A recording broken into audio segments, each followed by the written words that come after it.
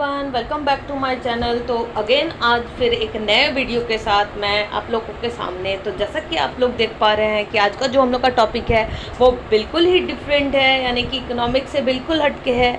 मैं इसके बारे में थोड़ा सा बताऊंगी कि मैंने ये टॉपिक क्यों चूज़ किया, क्योंकि मैं इसको पढ़ रही थी, मतलब इस स्टोरी को पढ़ रही थी तो मुझे बहुत यूज़फुल लगा। और यूज़फुल इसीलिए लगा क्योंकि ये जो चैप्टर है ग्लिम्स ऑफ इंडिया, ये जो सीबीएसई 10 बोर्ड है ना, उनके बुक में है ये चैप्टर। पार्ट 1 और baker from Goa glimpse of India में है, फर्स्ट फ्लाइट।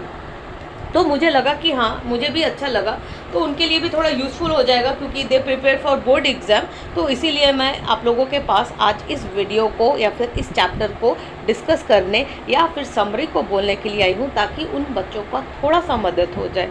तो आज का जो टॉपिक है वो है बेकर फ्रॉम गोवा। थोड़ा सा इनके ऑथर के बारे में जान लेते हैं और फिर जंप करेंगे इसकी समरी के बारे में।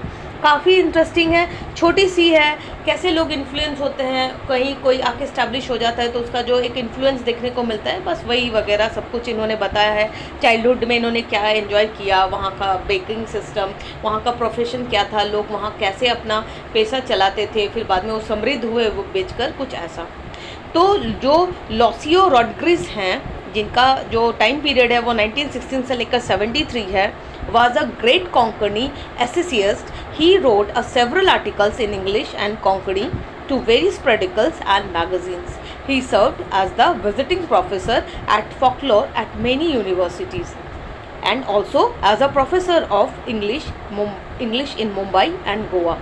His essay were posthumously published under the title of Soil and Soul and Konkani folk tales.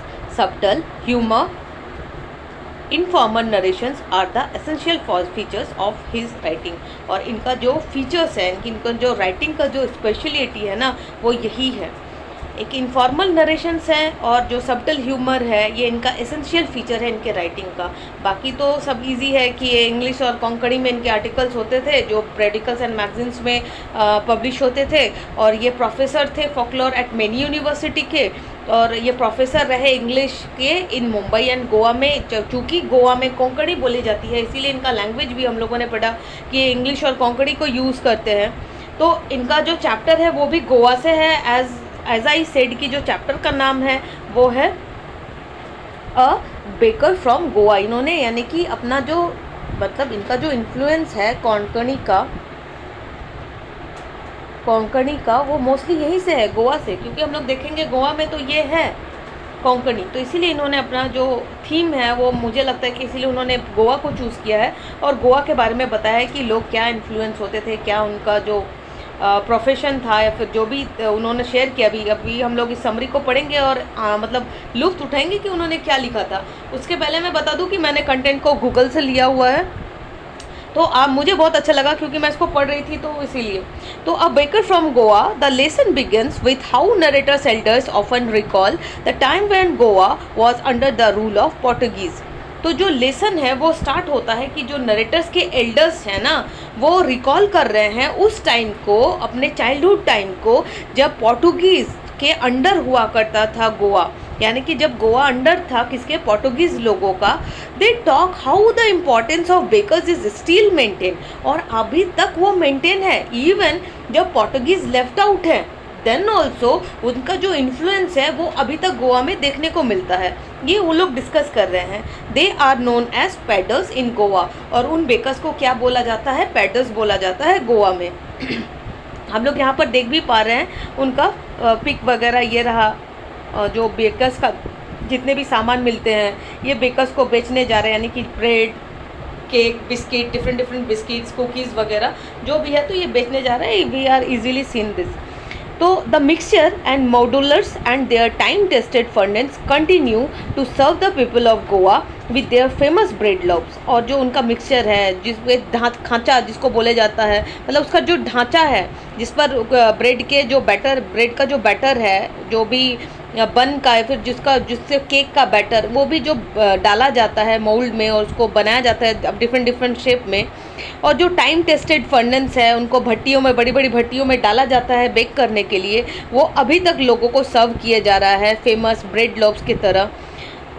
It is possible that the original ones may not exist. ये पॉसिबल हो सकता है कि जो ओरिजिनल वंस जो पहले स्टार्ट किए होंगे इस प्रोफेशन को वो नहीं होंगे। हाँ भाई, ये तो नेचुरल है कि पेरेंट्स लोगों ने अगर स्टार्ट किया होगा तो पेरेंट्स तो आज के डेट में नहीं है, क्योंकि हम लोगों ने टाइम पीरियड पढ़ा वो राइटर का, तो जो जिन्होंने इस पेशा को स्टार्ट किया होगा वो तो नहीं होंगे, लेकिन उनके जो सन हैं यानी कि उनके जो जनरेशन्स हैं वो तो हैं, वो इस चीज़ को कंटिन्यू किए हुए हैं। सी but their profession is being continued by their son. The third of their bamboo stick can still be heard in some part of village.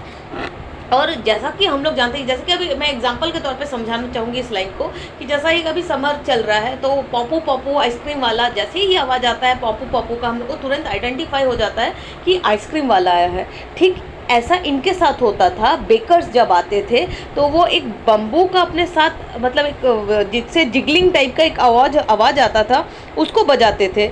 जब वो उसको बजाते थे तो बच्चों को तुरंत पता चल जाता था, बच्चे यहाँ की इनोसेंस की नरेटर्स और उनके दोस्त, कि ब्रेड वाला आया है, बेकर वाला आया है या फिर पैडर्स वाला आया है। और वो बिना अपने मुंह को वॉश किए हुए और बिना मुंह को धोए, बिना ब्रश किए हुए वो भागते थे वो ब्रेड वालों के पास, ताकि वो ब्रेड वगैरह ले सके। इतना वो पसंद करते थे वो बेकिंग किए हुए प्रोडक्ट्स को, या फिर मैं ब्रेड की बात करूँ तो उनको।